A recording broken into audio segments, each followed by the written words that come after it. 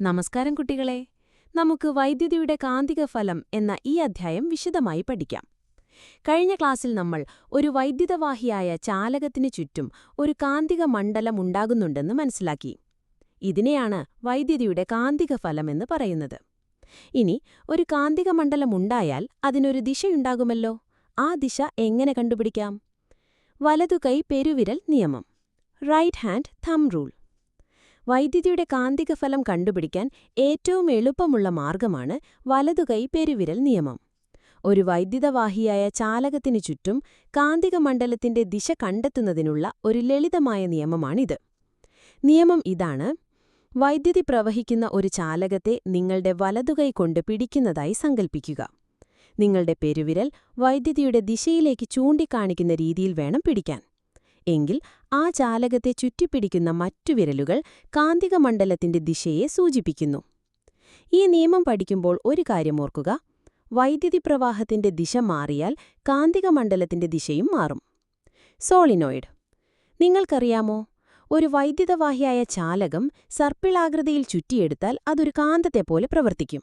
ഇതിനെയാണ് സോളിനോയിഡ് എന്ന് പറയുന്നത്. ഒരു സോളിനോയിഡിന് 2 ധ്രുവങ്ങളുണ്ട്: ഉത്തരധ്രുവവും ദക്ഷിണധ്രുവവും. വലതുവൈ പെരുവിരൽ നിയമം ഉപയോഗിച്ച് നമുക്ക് ഇതിന്റെ ധ്രുവതയും കണ്ടുപിടിക്കാം. സോളിനോയിഡിന്റെ ധ്രുവത: സോളിനോയിഡിന്റെ ചുറ്റുകളിലൂടെയുള്ള കറണ്ടിന്റെ ദിശയിൽ നിങ്ങളുടെ വലതുകൈയിലെ 4 വിരലുകൾ വരുന്ന രീതിയിൽ സോളിനോയിഡിനെ പിടിക്കുക. അപ്പോൾ നിങ്ങളുടെ പെരുവിരൽ ചൂണ്ടുന്ന ദിശയാണ് സോളിനോയിഡിന്റെ ഉത്തരധ്രുവം, നോർത്ത് പോൾ. സോളിനോയിഡിന്റെ ശക്തിയെ സ്വാധീനിക്കുന്ന ചില ഘടകങ്ങളുണ്ട്. ചാലക ചുറ്റുകളുടെ എണ്ണം കൂട്ടിയാൽ കാന്തിക ശക്തി കൂടും. വൈദ്യുതി പ്രവാഹത്തിന്റെ അളവ് കൂട്ടിയാലും കാന്തികശക്തി കൂടും.